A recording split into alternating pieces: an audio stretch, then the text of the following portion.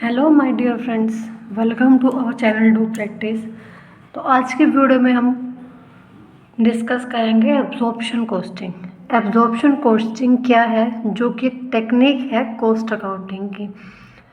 तो जैसा कि आपको पता है कि हम डीएसएसबी कॉमर्स प्रिपरेशन कर रहे हैं, कॉमर्स के पीजीटी कॉमर्स एग्ज़ाम की प्रिपरेशन कर रहे हैं। तो उसी में हमने कॉस्ट अकाउंटिंग की सीरीज शुरू की हुई है। तो उसी में आज का टॉपिक है एब्जॉर्प्शन कॉस्टिंग। और अगर उससे पहले आप चैनल पर न्यू हैं तो प्लीज़ चैनल को सब्सक्राइब कर दीजिए और बेल आइकन प्रेस कर लीजिए ताकि आपको आने वाले वीडियो की नोटिफिकेशन मिलती रहे। तो डिस्कस करते हैं एब्जॉर्प्शन कॉस्टिंग। एब्जॉर्प्शन कॉस्टिंग क्या होता है, उससे पहले हम बात करते हैं कि जब भी कोई कंपनी को, किसी फर्म को अपनी प्रोडक्ट की कॉस्ट या प्रॉफिट निकालना होता है तो वो दो टेक्निक को फॉलो करती है ज़्यादातर। या तो वो फॉलो करते हैं एब्जॉर्प्शन कॉस्टिंग को, जिसको हम फुल कॉस्टिंग मेथड भी कहते हैं, या वो फॉलो करते हैं मार्जिनल कॉस्टिंग को, जिसको हम डायरेक्ट कॉस्टिंग मेथड भी कहते हैं। तो अभी हम डिस्कस करते हैं एब्जॉर्प्शन कॉस्टिंग, जो कि काफ़ी कन्वेंशनल टेक्निक है, मीन्स काफ़ी पुरानी टेक्निक है प्रोडक्ट की कॉस्ट या उसके ऊपर प्रॉफिट का पता करने के लिए। एब्जॉर्प्शन कॉस्टिंग को पुरानी टेक्निक क्यों कहते हैं, क्योंकि पहले के टाइम में, मतलब अगर हम बात करें, किसी के पास कुछ खास इतना नॉलेज नहीं थी कि भी हमें कैसे एक अच्छे तरीके से कॉस्टिंग को फॉलो करना चाहिए या कैसे हम फिक्स्ड और वेरिएबल कॉस्ट को अलग अलग निकाल सकते हैं। तो उसमें वो क्या करते थे कि वो दोनों ही कॉस्ट लेते थे, चाहे वो कॉस्ट फिक्स है चाहे वो कॉस्ट वेरिएबल है। फिक्स कॉस्ट क्या होती है, जब आप जो फिक्स रहती है, जैसे कि आपने कोई बिल्डिंग ली है रेंट पर प्रोडक्शन करने के लिए, तो उस बिल्डिंग का जो रेंट है वो आपके लिए फिक्स कॉस्ट हो गया, चाहे आप प्रोडक्शन करो या ना करो, बट आपको उसका रेंट पे करना पड़ेगा। और वेरिएबल कॉस्ट क्या होती है कि जो आप वेरिएबल दैट मीन वेरी करती है वो आपके प्रोडक्शन के हिसाब से, जैसे मटेरियल है, लेबर है। अगर आप प्रोडक्शन करोगे तो आपको उसके पे करना पड़ेगा, आपकी कॉस्ट आएगी। अगर आप प्रोडक्शन करोगे ही नहीं तो उसकी कॉस्ट भी नहीं आएगी। तो एब्जॉर्प्शन कॉस्टिंग क्या होता है, जो आपकी फिक्स कॉस्ट को भी लेके चलता है और वेरिएबल कॉस्ट को भी लेके चलता है। दोनों का सम ही क्या है, एब्जॉर्प्शन कॉस्टिंग। जो भी आपके फिक्स्ड और वेरिएबल कॉस्टेज आती हैं प्रोडक्शन करने के दौरान, उन सभी कॉस्ट का टोटल को हम लेके चलते हैं एब्जॉर्प्शन कॉस्टिंग के अंदर। दैट मीन एब्जॉर्प्शन कॉस्टिंग आपकी बात करता है टोटल कॉस्ट को, ठीक है। इसीलिए इसको हम फुल कॉस्टिंग भी कहते हैं और इसको हम टोटल कॉस्टिंग मेथड भी या टोटल कॉस्टिंग टेक्निक भी कहते हैं। एब्जॉर्प्शन कॉस्टिंग का कैसे आप उसको कैलकुलेट करते हो, फर्स्ट ऑफ ऑल आप क्या करते हो, प्राइम कॉस्ट लेते हो। प्राइम कॉस्ट क्या होती है, जब आप डायरेक्ट कॉस्ट को ऐड करते हो, जैसे कि डायरेक्ट मटेरियल, जो आपका डायरेक्ट दैट मीन क्या होता है कि डायरेक्ट कॉस्ट या डायरेक्ट एक्सपेंसेस क्या होते हैं, जो आपके डायरेक्टली या सीधे रूप से इन्वॉल्व होते हैं आपके प्रोडक्शन के अंदर। जैसे आपने प्रोडक्शन किया तो जो मटेरियल लगेगा वो डायरेक्टली मटेरियल लगेगा। बट इनडायरेक्ट क्या होते हैं, जो आपके डायरेक्ट मतलब वो खर्चे होते हैं बट वो डायरेक्टली नहीं होते। फॉर एग्जांपल आप डेप्रिसिएशन पे कर रहे हो, डेप्रिसिएशन हम चार्ज करते हैं हर बार, एवरी ईयर हम चार्ज करते हैं मशीनरी के ऊपर, बिल्डिंग के ऊपर। तो फिर वो इनडायरेक्टली हो गया क्योंकि वो डायरेक्ट आपके प्रोडक्शन में इन्वॉल्व नहीं होता। तो प्राइम कॉस्ट आप सबसे पहले निकालते हो, जिसके अंदर आप डायरेक्ट मटेरियल, डायरेक्ट लेबर और डायरेक्ट एक्सपेंसेस को ऐड करके चलते हो। मीन्स आपके साथ डायरेक्ट कॉस्ट आ गई। उसके बाद आप प्राइम कॉस्ट का भी एक फॉर्मूला हम बात करें, प्राइम कॉस्ट क्या होगा, डायरेक्ट मटेरियल जब आप ऐड करते हो, डायरेक्ट आप लेबर ऐड करते हो, direct expenses that mean total direct cost जो आपकी होती है। फिर आप प्राइम कॉस्ट में ऐड करते हो फैक्ट्री एक्सपेंसेस, जो भी आपके फैक्ट्री कॉस्ट मतलब जो भी आपके फैक्ट्री एक्सपेंसेस है उनको ऐड किया जाता है। उसके बाद आपके आते हैं administration expenses. Administration expenses that mean जो आपके जैसे कि सैलरी देना हो गया, लेबर को वेजेस पे करना हो गया, तो वो आपके किस में आ गए, एडमिनिस्ट्रेशन एक्सपेंसेस में। उसके बाद आप क्या ऐड करते हो लास्ट में, फाइनली सेलिंग और डिस्ट्रीब्यूशन एक्सपेंसेस, ताकि आपके क्या निकल सके, टोटल कॉस्ट निकल सके। सेलिंग और डिस्ट्रीब्यूशन एक्सपेंसेस में आपका आ गया जैसे कि आपके जो मार्केटिंग के ऊपर जो खर्च होते हैं, जो आपके सेल करने के ऊपर जो खर्च होते हैं, फॉर एग्जांपल एडवर्टाइजमेंट है, आपने कोई सैम्पल कूपन डिस्ट्रीब्यूट किए हैं, तो वो आपके आ गए सेलिंग एंड डिस्ट्रीब्यूशन एक्सपेंसेस में। तो आपका एब्जॉर्प्शन कॉस्टिंग किससे डील करता है? पहले आप प्राइम कॉस्ट निकालते हो, उसके बाद आप प्राइम कॉस्ट में फैक्ट्री एक्सपेंसेस ऐड करते हो, फिर आप एडमिनिस्ट्रेशन कॉस्ट ऐड करते हो, उसके बाद आप selling and distribution cost add करते हो।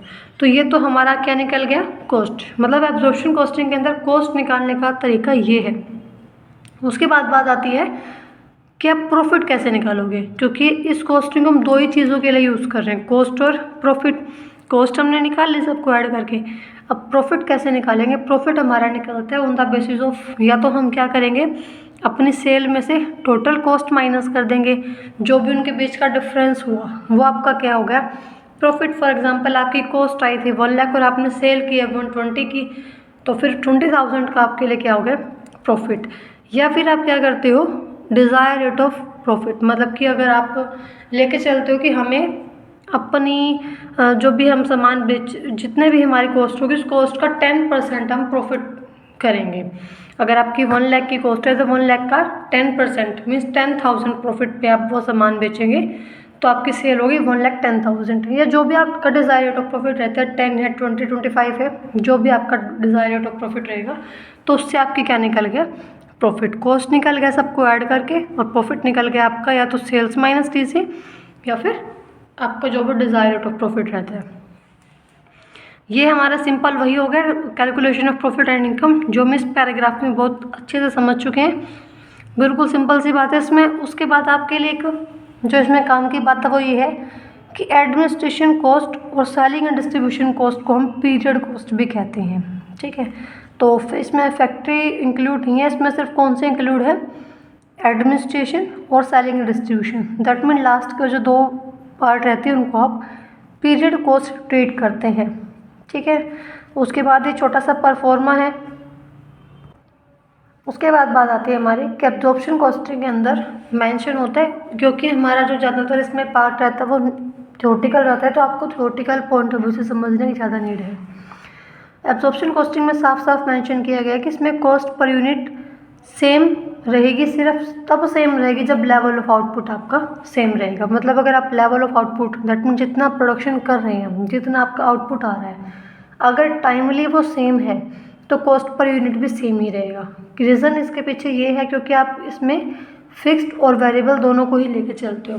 तो फिक्स तो आपके फिक्स ही रहेंगे और वेरिएबल वही सेम रहेंगे, क्योंकि आपका जो लेवल ऑफ आउटपुट है वो सेम है, तो कॉस्ट पर यूनिट भी आपका क्या रहेगा? सेम रहेगा। अगर आप 1 लाख यूनिट पहले बना रहे थे तो उसकी कॉस्ट हमारी 10 लाख आ रही थी, और अगर आप 1 लाख कॉस्ट यूनिट बाद में बना रहे हो तो उसकी जो 10 लाख ही रहेगी उसकी प्रोडक्शन की कॉस्ट, तो जो उसका पर यूनिट रहेगा, मतलब एक यूनिट का जो उसका खर्चा रहेगा वो 10 रुपीज़ रहेगा, और वो सेम रहेगा। वो सिर्फ तब रहेगा जब आपका जो प्रोडक्शन है, लेवल ऑफ आउटपुट क्या है? सेम। हाउएवर इन प्रैक्टिस जो लेवल ऑफ आउटपुट है वो सेम नहीं रहता टाइम टू टाइम। मतलब ज़रूरी नहीं है कि अकॉर्डिंग टू डिमांड आपका जो है वो लेवल ऑफ आउटपुट सेम रहेगा। हो सकता है कि अगस्त में आपकी 1 लाख की डिमांड हो, बट जब आप अक्टूबर में आते हैं तो वहाँ पर आपकी जो डिमांड है वो कम हो जाए। अब डिमांड कम होगी तो आप सेम प्रोडक्शन क्यों करोगे? आप सेम लेवल सेम आउटपुट क्यों करोगे? तो फिर वहाँ पर आपका आउटपुट सेम नहीं रहता टाइम टू टाइम, वो चेंज होता रहता है, क्योंकि जो सीज़न होते हैं हर चीज़ के। अब अगर हम बात करें स्वीट्स का, अगर आपका बिजनेस है तो वो दिवाली है, होली है, तो वहाँ पर आपका जो है, वहाँ पर आपका आउटपुट ज़्यादा होगा और इन बिटवीन आपका आउटपुट थोड़ा कम होगा। तो कॉस्ट ऑफ, इस वजह से बात यह है कि level of output her time same नहीं रहता है, वो अकॉर्डिंग टू डिमांड होता है। Cost per unit because of fix cost remaining the same in spite of change in level of output. जो आपका कॉस्ट ऑफ यूनिट है वो सेम भी नहीं रहता, क्योंकि फिक्स कॉस्ट हो सकता है सेम हो, but level of output her bar change होता रहेगा। सिंपल सी बात है। बट ये जो है कॉस्ट पर यूनिट बार बार चेंज होने की वजह से मैनेजमेंट को काफ़ी दिक्कत आती है डिसीजन लेने में, क्योंकि पहले उन्होंने कुछ और बजट बनाया हुआ था, उसके बाद एकदम से अगर आपका लेवल ऑफ आउटपुट में चेंज आएगा तो कॉस्ट पर यूनिट में भी चेंज आएगा ही आएगा। तो उसकी वजह से क्या होगा? मैनेजमेंट को दिक्कत होगी। कॉस्ट पर यूनिट में चेंज आता है क्योंकि आपके एब्जॉर्प्शन कॉस्टिंग में फिक्स कॉस्ट और वेरिएबल कॉस्ट दोनों को लेके चलते हो आप। अगर आपने मान के चलो प्रोडक्शन कम किया है तो मे बी वेरिएबल कॉस्ट आपकी जो है वो कम हो जाए 10,000, बट फिक्स कॉस्ट तो आपको 1 लाख ही पे करनी पड़ेगी। तो इसकी वजह से क्या है, आपका कॉस्ट पर यूनिट चेंज होता है। जिसकी वजह से मैनेजमेंट को दिक्कत आती है। ये सबसे बड़ा ड्रॉबैक है एब्जॉर्प्शन कॉस्टिंग का, क्योंकि वो दोनों चीज़ों को साथ में लेके चलता है, फिक्स्ड को भी और वेरिएबल को भी। अब बात कर लेते हैं advantages of absorption costing. First advantage क्या है, price determination on the basis of full cost. एक प्लस पॉइंट भी है कि इस टेक्निक के अंदर जितने भी कॉस्ट आती है आपके प्रोडक्शन से रिलेटेड, चाहे वो फिक्स कॉस्ट हो, चाहे वो डायरेक्ट कॉस्ट हो, चाहे वो फैक्ट्री एक्सपेंसेस है, चाहे वो सेलिंग एक्सपेंसेस हैं, जो भी हैं आपके प्रोडक्शन से लेके मीन्स एंड उनको बेचने तक जितना भी कॉस्ट आप सबको इंक्लूड करके चलते हो। फिक्स कॉस्ट, वेरिएबल कॉस्ट जो भी आती है सबको आप चार्ज करते हो। इससे फ़ायदा क्या होता है कि आपको प्राइस डिटर्मिनेशन करने में हेल्प मिलती है, क्योंकि टोटल कॉस्ट जब आप लेकर चलते हो तो आपको ईजी रहता है प्राइस डिटरमाइन करने में कि हाँ भाई हमने तो जो है 1 लाख यूनिट बनाई है, 10 लाख की बनी है, मीन्स 1 यूनिट की कॉस्ट 10 रुपये है, तो उसके अकॉर्डिंग हम आगे उसको अपना प्रॉफिट ऐड करके उसको आगे हम सेल कर सकते हैं, उसका प्राइस निकाल सकते हैं। तो प्राइस डिटरमाइन करने में काफ़ी हेल्पफुल रहता है ये। दूसरी एक बात ये भी है कि इससे हमारी कॉस्ट की फुल रिकवरी हो जाती है और साथ साथ हमें प्राइस भी पूरा मिल जाता है, तो काफ़ी हेल्पफुल रहते हैं ये प्राइस डिटरमाइन करने में। सेकेंड आता है हमारा calculation of gross and net profit. ये मेथड काफ़ी हेल्पफुल करता है आपको ग्रॉस प्रॉफिट नेट प्रॉफिट निकालने के लिए, क्योंकि ग्रॉस प्रॉफिट में से जैसे ही आप सेलिंग और डिस्ट्रीब्यूशन एक्सपेंसेस माइनस करते हो, एडमिनिस्ट्रेशन एक्सपेंसेस माइनस करते हो, तो आपके साफ साफ नेट प्रॉफिट निकल के आते हैं। मीन्स जब यहाँ पे इसका परफॉर्मा गिवन है, जैसे ही आप ग्रॉस प्रॉफिट में से एडमिनिस्ट्रेशन और selling distribution overhead, that mean जैसे ही आप ग्रॉस प्रॉफिट में से पीरियड कॉस्ट माइनस करते हैं, जिसको हमने अभी पढ़ा था, तो आपका नेट प्रॉफिट निकल के आता है। तो काफ़ी हेल्पफुल रहता है ये नेट प्रॉफिट निकालने के लिए। थर्ड आता है हमारा solution of separation of cost. तो ये इजी रहता है क्योंकि इससे आप कॉस्ट का इजीली जो है इजीली कॉस्ट को सेपरेट कर पाते हैं कि फैक्ट्री कॉस्ट कितनी आई है, या फिर जो है प्राइम कॉस्ट कितनी है, सेलिंग कॉस्ट कितनी है, तो कॉस्ट को सेपरेशन करने में काफ़ी इजी रहता है ये। Next is clarification of utilisation of production sources, जो आपकी इस मेथड के अंदर क्लियरली मेंशन है कि अगर हमें सभी चीज़ों का पता होगा तो उन चीज़ों को हम ईजिली यूटिलाइज कर पाएंगे। डिस्क्लोज एफिशिएंट और inefficient utilisation of production resources, क्योंकि इससे आपको पता रहता है कि कहाँ पर आपके जो रिसोर्सेज वो प्रॉपर यूटिलाइज हो रहे हैं और कहाँ पर प्रॉपर यूटिलाइज नहीं हो रहे हैं। Next one is difference between product and period cost. इससे आपको पता चलता है कि आपकी प्रोडक्ट की कॉस्ट कितनी है और पीरियड कॉस्ट कितनी है।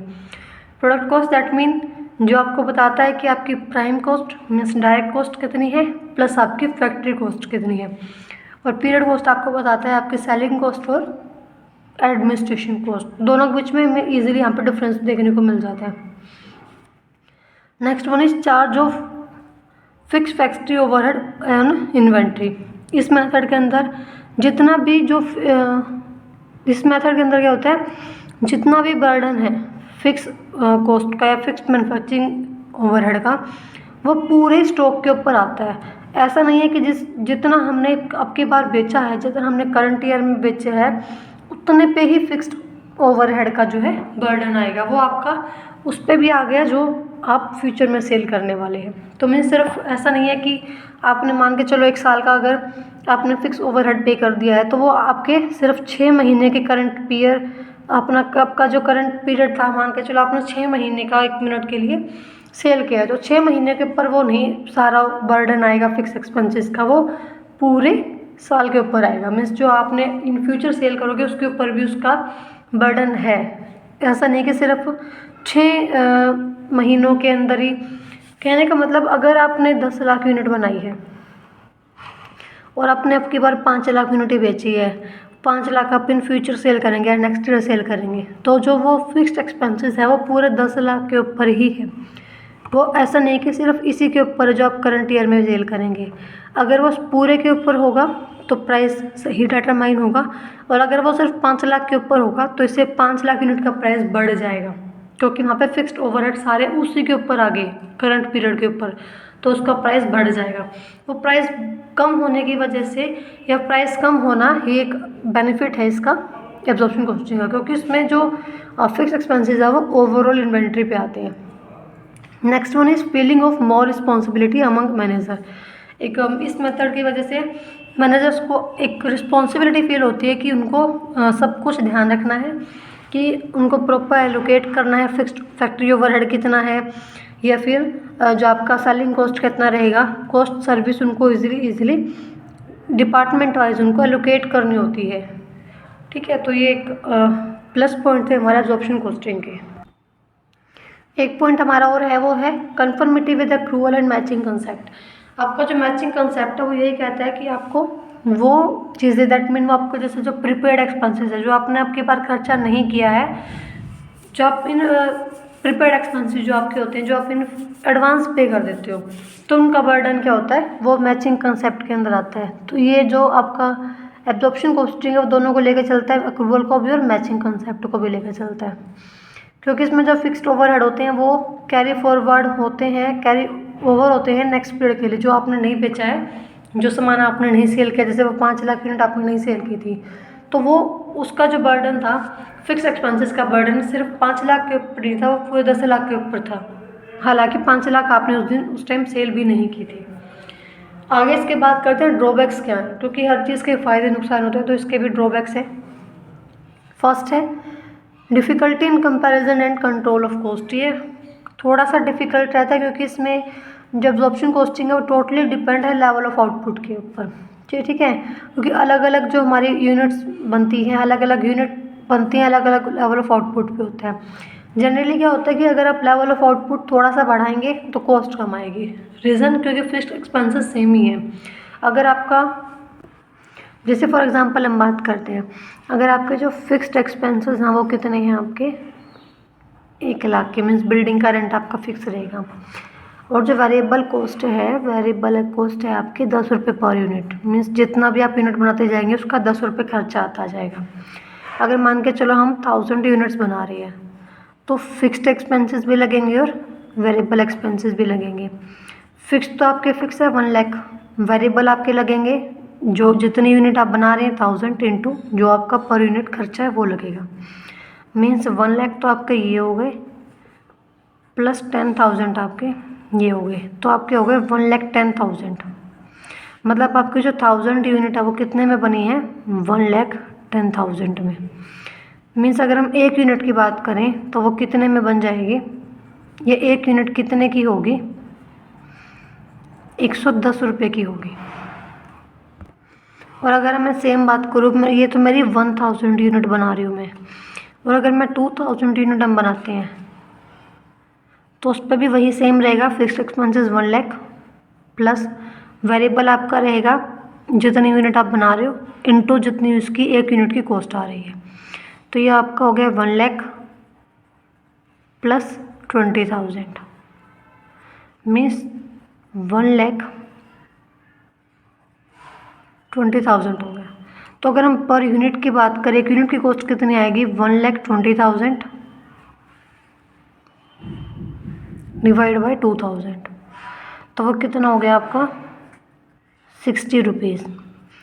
मीन्स अगर जब आपने 1000 यूनिट बनाई सेम कॉस्ट पे, फिक्स्ड प्लस वेरिएबल, तो आपकी वो कॉस्ट आ रही है 110 रुपीज़। और अगर आप 2000 मीन्स आपका प्रोडक्शन बढ़ रहा है तो आपकी जो कॉस्ट पर यूनिट है वो कम हो रही है। मतलब सेम आपके एक्सपेंसेस हैं, फिक्स्ड भी और वेरिएबल भी, सिर्फ आपका जो कॉस्ट पर यूनिट है वो कितना हो गया 60 रुपीज़। तो वही यहाँ लिखा गया है कि अगर आप प्रोडक्शन का आउटपुट बढ़ाते हैं तो आपकी कॉस्ट पर यूनिट कम रहती है, और आप आउटपुट कम करेंगे तो कॉस्ट पर यूनिट बढ़ जाएगी, जिसकी वजह से काफ़ी मुश्किल रहती है कि उनको ये पता लगाने में कि उनका कॉस्ट जो है वो कितनी आ रही है। मतलब कॉस्ट पे कंट्रोल करना भी मुश्किल है, क्योंकि level of output her bar change होता रहता है। Next is difficulty in preparation of flexible budget. जो आपका एब्जॉर्प्शन कॉस्टिंग है वो फिक्स्ड प्लस वेरिएबल है, वो फिक्स कॉस्ट को अलग मानता ही नहीं है और ना ही वो वेरिएबल कॉस्ट को अलग लेके चलता है। ठीक है, जिसकी वजह से मुश्किल रहती है फ्लेक्सिबल बजट बनाने में, क्योंकि जो फ्लेक्सिबल बजट है वो तब बनता है जब आप वेरिएबल कॉस्ट को कंसीडर करते हैं या इन दोनों के बीच में डिफरेंस लेके चलते हैं। फिक्स्ड अलग, वेरिएबल अलग, बट एब्जॉर्प्शन में टोटल कॉस्ट में आप दोनों को लेके चलते हैं, जिसकी वजह से मैनेजमेंट को दिक्कत आती है। Third one is inclusion of fixed factory cost in cost of production. जब आप प्रोडक्ट कॉस्ट की बात करते हैं तो प्रोडक्ट कॉस्ट में आप किसको लेके चलते हैं, प्राइम कॉस्ट को और फैक्ट्री कॉस्ट को, और पीरियड कॉस्ट में आप लेकर चलते हैं एडमिनिस्ट्रेशन कॉस्ट को और सेलिंग एंड डिस्ट्रीब्यूशन कॉस्ट को। तो यहाँ पर आप फैक्ट्री कॉस्ट को कॉस्ट ऑफ प्रोडक्शन में इंक्लूड कर रहे हैं। तो कैसे, कुछ अकाउंटेंट का ऐसा मानना है कि जो fixed factory overhead that mean factory expenses वो पीरियड कॉस्ट का हिस्सा है और उनको प्राइम कॉस्ट में या कॉस्ट ऑफ प्रोडक्शन में इंक्लूड नहीं करना चाहिए। तो ये एक कुछ अकाउंटेंट का ऐसा मानना है कि एक एब्जॉर्प्शन कॉस्टिंग की लिमिटेशन है कि वो फिक्स्ड ओवरहेड को भी कॉस्ट ऑफ प्रोडक्शन में इंक्लूड कर रहे हैं, जबकि उनको पीरियड कॉस्ट में इंक्लूड करना चाहिए। नेक्स्ट और last one is difficulty in managerial decision. तो इससे एब्जॉर्प्शन कॉस्टिंग में मैनेजमेंट को सबसे बड़ी दिक्कत यही आती है कि उनको ये नहीं पता कि किस प्राइस पे उनको जो है ऑर्डर एक्सेप्ट करना चाहिए, कहाँ पर उनका कौन सा ऑप्टिमम प्रोडक्ट मिक्स है, कहाँ पर उसको कौन सी प्रोडक्ट लाइन बंद कर देनी चाहिए, या कहाँ पर उनको सामान बनाना चाहिए, कहाँ पर उनको सामान खरीद कर बेचना चाहिए। तो ये एक डिफ़िकल्टी रहती है कुछ मैनेजर्स को यहाँ पर डिसीजन लेने में।